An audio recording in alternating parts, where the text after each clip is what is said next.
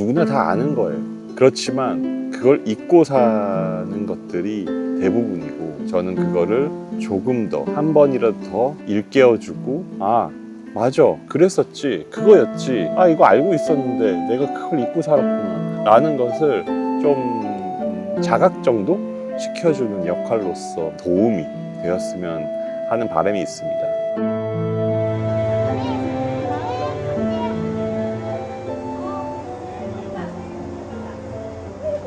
여기는 정몽주 선생의 생애와 충절의 호언이 적혀있는 정몽주 선생님의 묘지가 있는 곳입니다. 용인에 위치해 있고요.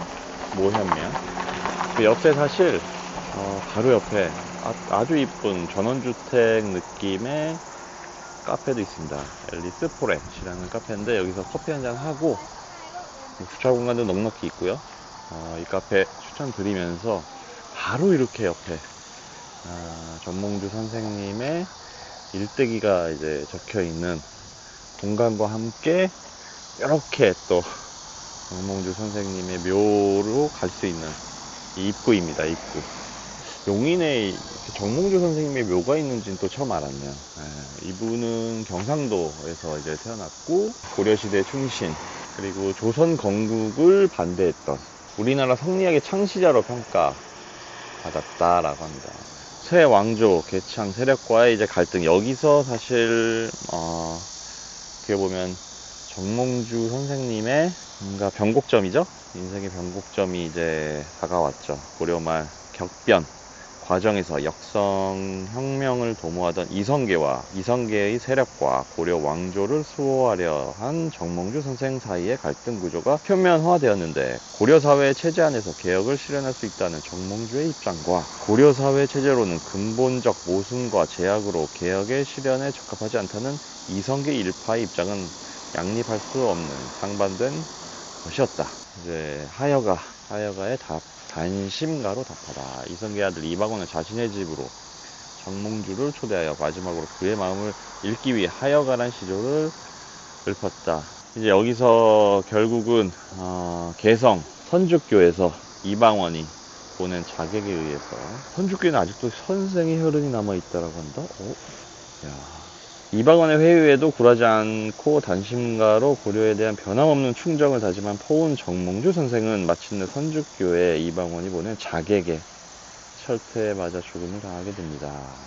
이분의 묘를 이제 고향인 경상도 영천으로 이장하도록 이제 명하였는데, 여기서도 또 흥미로운 게, 이제 고향으로 이장을 해야 하는데 지금 제가 있는 곳은 용인이죠. 이게 약간 전설처럼 내려오는 이야기입니다. 천장행렬이 포은 선생의 고향인 경상도로 향하던 중 오늘날 용인시 수지구를 지나면서 오랜 여정에 잠시 쉬고 있는 중 갑자기 회오리 바람이 불어 상여의 명정이 날아가 대치 고개를 넘어 모현면 능원리에 있는 분수상 기슭에 떨어지게 되었다. 후손들이 깜짝 놀라 명정이 떨어진 곳을 찾아가 보니 그곳이 천하의 명당인지라. 명당 자리를 어떻게 보면 발견이 된 거죠. 용인의 정몽주 선생의 충절에 감복한 하늘이 점지해 준 것이라 믿고 그곳에 묘를 쓰게 되었다는 이야기가 전해 내려오고 있습니다. 풍수지리학자들에 의하면 정몽주 선생의 묘소는 왕성한 생기가 묘를 에워싸고 있는 보기 드문 명당이라고 합니다. 그 후에 제가 알기로도 이제 후손들이 여기에 집성촌을 이뤄서 쭉 살았다고 해요. 요번에 굉장히 또 역사적인 장소를 생각보다 많이 다니게 되네요. 제가 있었던 시간에 비해서. 전체적으로 이렇게 돼 있습니다. 이거 여기 있습니다. 포은 정몽주 선생 묘역 안내소가 이렇게 돼 있습니다. 대략 한 400m 정도 되더라고요. 길에 이렇게 쭉 올라갈 수 있습니다. 가볍게 이렇게 둘러보기 괜찮은 것 같아요. 일단 여기는 한 가을쯤 오면 진짜 되게 좋을 것 같아요. 저희 카페에 야외 석도 있는데 거기에 가볍게 차 한잔 하시거나, 빵도 팔거든요. 빵도 이렇게 살짝 요기하시면서 시간 보내시다가 바로 옆이에요. 그냥 쓱 나와가지고 이렇게 한번 둘러보시면 나름 좀 색다른 경험이 될 것 같습니다. 굉장히 이제 전통 가옥들이 이렇게 있고, 이렇게 정몽주 선생님의 큰 동상이 또 이렇게 위치해 있습니다. 정몽주 선생님의 동상입니다. 석상이죠, 석상. 생각보다 꽤 큽니다. 이 석상 자체가. 그래서 명당이라는 느낌이 확실히 들 거예요. 여기 오시면. 여기가 이제 경기도 지방문화재 제1호라고 합니다. 여기 이렇게 돌계단이 딱 있네요. 옆으로 이렇게 올라갈 수 있게. 오이고, 이거. 이렇게 정몽주 선생님의 묘입니다.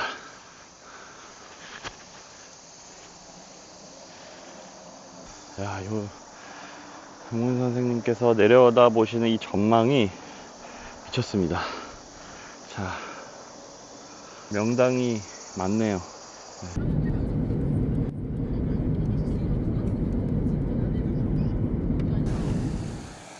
안녕하십니까, 강남합니다. 아, 여기는 어딜까요? 앞에 화면과 조금 다르죠? 태국집으로 다시 복귀를 했습니다.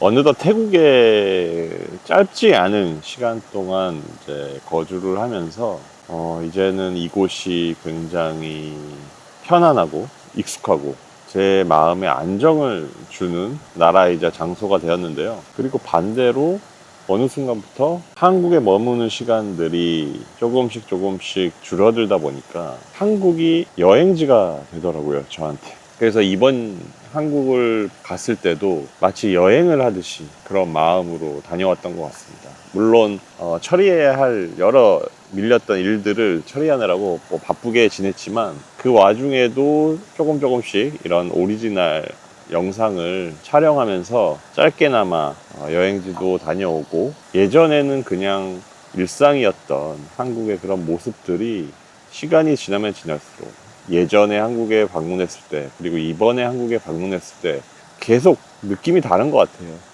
점점 낯설어지는 것도 있고, 그만큼 또 한국이 많이 바뀌기도 했고요. 그러다 보니까 매번 한국을 갈 때마다 저는 한국 사람임에도 불구하고 한국이 여행지 같은 느낌이 들더라고요. 그리고 이번 한국을 갔을 때도 개인적으로 나름의 영감과 많은 생각들을 했던 좋은 시간이었습니다. 그러면서 이제 들었던 생각이 이제 여행이라는 키워드가 계속 제 머리를 맴돌더라고요. 사람들은 여행에 대해서 뭐 호불호가 있지만 여행을 가지 않아도 된다, 가고 싶어 하지 않는 사람도 있고, 개인적이지만 저는 어딘가를 나가고 돌아다니는 걸 워낙 좋아하기 때문에 여행이라는 그런 것 자체를 굉장히 즐겨하고, 태국 내에서도 그래도 비교적 시간이 안 되면 근거리라도 짧게라도 자주 나가려고 합니다. 그런데 어느 순간 여행이라는 것들이 단순히 그냥 바람을 쐬고 온다, 뭔가 기분 전환을 하고 온다, 약간 그런 개념으로서 다가오는 것 같고, 많은 사람들도 그냥 어느 순간부터는 어딘가 가지 않으면 뭔가 나 리플레시가 안 돼, 뭔가 힘들어, 나가야 돼, 무조건 어딘가 뭐 떠나야 돼, 이런 것들이 조금은 맹목적이지 않나? 그러면서 어느 순간 여행이 나에게 뭔가 그렇게 기대했던 것만큼 주지 않는 느낌을 받기도 하는 것 같더라고요. 그래서 제가 여행에 대해서 조금 생각을 해봤던 것 같아요, 혼자. 아, 여기 또 물왕 도마뱀이 또 옆에 유유히 또 수영을 하고 계시네요. 네. 아, 또 여유롭습니다, 아주. 네. 저는 이제 물왕 도마뱀 님을 옆으로 한 채 이야기를 이어가겠습니다. 여행이라는 부분을 조금 나름 진지하게, 내가 왜 여행을 좋아하고 여행이란 무엇인가 라는 생각을 조금 해봤던 것 같고, 그것에 대해서 어느 정도 정리가 되어서 글을 한번 브런치 글을 작성을 해봤는데요. 오늘은 이 이야기를 한번 해보려고 합니다. 마침 한국에서 태국으로 이렇게 오갔던 이 시간과 또 타이밍도 잘 맞는 것 같아서 이 이야기를 좀 들려드리면 좋을 것 같은데요. 여러분들도 여행이라는 것이 어떻게 본인 스스로에게 느껴지고, 그리고 여행은 나에게 무엇일까 라고 한 번쯤은 생각해 보신 적이 있으실지 모르겠어요. 아마도 잘 생각해 보지 않으셨을 것 같아요. 제가 이번에 한국에서 이제 오랜만에 친구와의 대화를 나누면서 이런 얘기를 들었거든요. 제가 뭐 묻지도 않았는데 어린 자녀가 있는 친구인데요. 그 어린 자녀가 제 친구한테 이런 말을 했다고 해요. 엄마, 아빠는 꿈이 뭐야? 라는 질문을 하더래요. 그런데 그 그냥 들었을 때는 너무 쉽고 단순한 질문이잖아요. 그럼에도 불구하고 막상 대답을 하려고 하니까 아무것도 생각이 나지 않는다라는 거예요. 대답을 할 수 없었다고 해요, 결국 제대로. 그러니까 그런 거에 대한 생각을 어떻게 보면 어린 나이에는 학교에서 너 꿈이 뭐야, 장래 희망이 뭐야 이러면서 뭔가 질문을 던져줬지만 어느 시기가 됐을 때, 그리고 특히나 어른이 되고 삶이 뭔가 현실이 각박하고 바쁘게 돌아갈 때는 이런 되게 단순하고 어떻게 보면 기본적인 하나의 질문을 내 스스로 한 번이라도 해본 적이 거의 없게 되는 것 같아요. 저 또한 마찬가지고요. 그래서 제가 이 채널에 대해서 특히나 지극히 사적인 혼잣말이라는 타이틀을 가지고 저 스스로도 찾고 저 스스로 내가 누군지를 좀 더 잘 알고 싶어서 찾아가는 과정을 공유하고 그 생각들을 공유하고, 여러분들도 이 얘기들을 들으면서 본인들 스스로에게 아주 단순하고 쉬운 질문이지만 한 번쯤은 질문을 할 수 있는 시간, 그리고 계기가 되었으면 하는 마음에 제가 영상을 이어가고 있습니다. 제가 말하는 것들이 사실 뭐 엄청난 철학자들이 뭔가 유레카 같이 발견을 해서 깨달음을 얻고 이야기하는 것들이 절대 아닙니다. 누구나 다 아는 거예요. 그렇지만 그걸 잊고 사는 것들이 대부분이고, 저는 그거를 조금 더 한 번이라도 더 일깨워주고, 아 맞아 그랬었지, 그거였지, 아 이거 알고 있었는데 내가 그걸 잊고 살았구나 라는 것을 좀 자각 정도 시켜주는 역할로서 도움이 되었으면 하는 바람이 있습니다. 여튼 앞으로도 강남의 오리지널 채널에서 여러 가지 것들을 좀 많이 해보려고 하고, 제 개인적인 이야기와 서사들을 메인으로 담을 거지만 그 안에 좋은 메시지와 여러분들에게 도움이 될 수 있는 이야기들을 최대한 많이 해보려고 합니다. 그런 의미에서 자, 오늘 이야기할 여행. 여행이라는 단어만 들어도 사실은 대부분 분들이 굉장히 설레임을 느끼는 단어이기도 하죠. 특히나 여행을 갔을 때보다 여행을 준비했을 때 그런 준비 과정부터 이쁜 옷도 사고 가방도 이렇게 꾸리고 이거 가져가고 저거 가져가고 가서 뭐 할까 이런 생각에 굉장히 들떠 있게 만드는 또 아주 특별한 단어인 것 같습니다. 그런 여행이라는 키워드 안에 특히나 제 개인적으로 느끼는 여행이라는 것들이 어떻게 좀 정리가 되었는지 제가 브런치 글을 한번 이제 읽어드리도록 하겠습니다. 자, 제목은 아주 심플합니다. 여행. 그 단어 자체를 그대로 한번 뭔가에 살을 붙이지 않고 그냥 여행이라는 단어만 가지고 제목을 한번 지어봤습니다. 여행. 여행이란 무엇일까? 여행이 뭐냐고 누군가 나에게 묻는다면 요즘 나는 조금 이상한 대답을 할 것 같다. 여행은 의식주를 낯설게 만드는 일이라고. 사람이 살아가는데 가장 기본적인 것이 의식주다. 무엇을 입고, 무엇을 먹고, 어디에서 자느냐. 우리는 평소 이 세 가지를 거의 고정된 형태로 반복하며 살아간다. 늘 입던 옷을 입고, 늘 먹던 음식을 먹고, 늘 자던 집에서 잠을 잔다. 그리고 그것을 우리는 일상이라 부른다. 그런데 여행을 떠난 순간 그 일상을 일부러 깨트린다. 평소와 다른 옷을 입고 처음 보는 음식을 먹고 처음 보는 침대에서 잠을 잔다. 매일 걷던 길이 아닌 처음 보는 길을 걷고 평소라면 만나지 않았을 사람들을 만나고 평소라면 보지 않았을 것들을 본다. 생각해보면 참 이상하다. 사람은 편안함을 좋아하면서 돈과 시간을 들여 일부러 익숙한 곳을 떠난다. 그리고 낯선 곳에 도착해서 새로운 경험을 한다.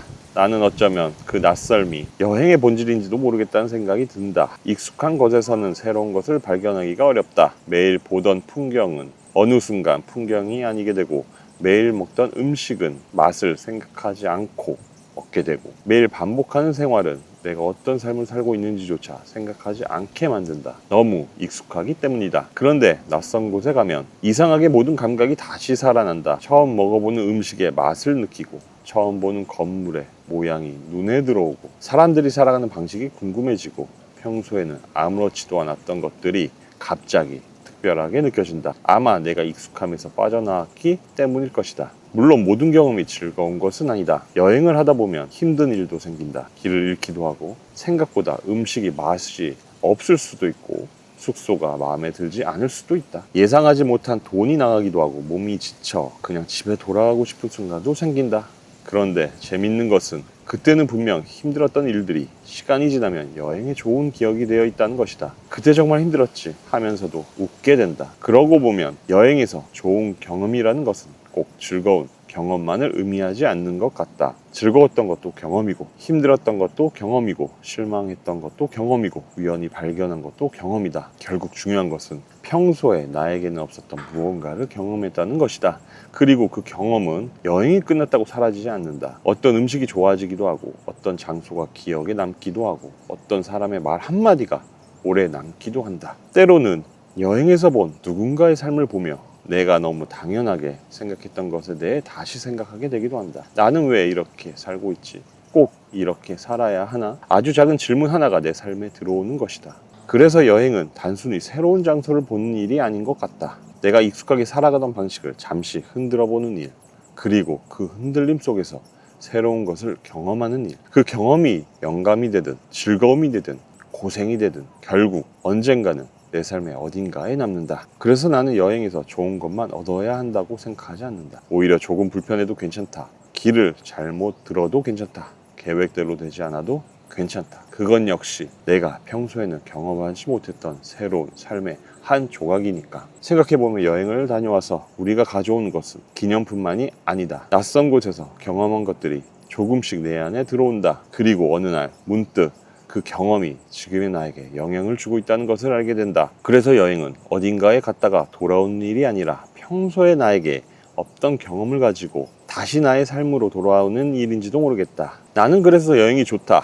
좋은 풍경을 보기 위해서도 아니고 맛있는 것을 먹기 위해서만도 아니다. 잠시라도 익숙한 나를 벗어나기 위해서, 그리고 낯선 것을 경험한 뒤 다시 익숙한 내 삶으로 돌아왔을 때 똑같은 삶인데도 조금 다르게 보이는 순간이 있기 때문이다. 어쩌면 여행은 세상을 바라보는 나를 잠시 바꾸는 일인지도 모르겠다.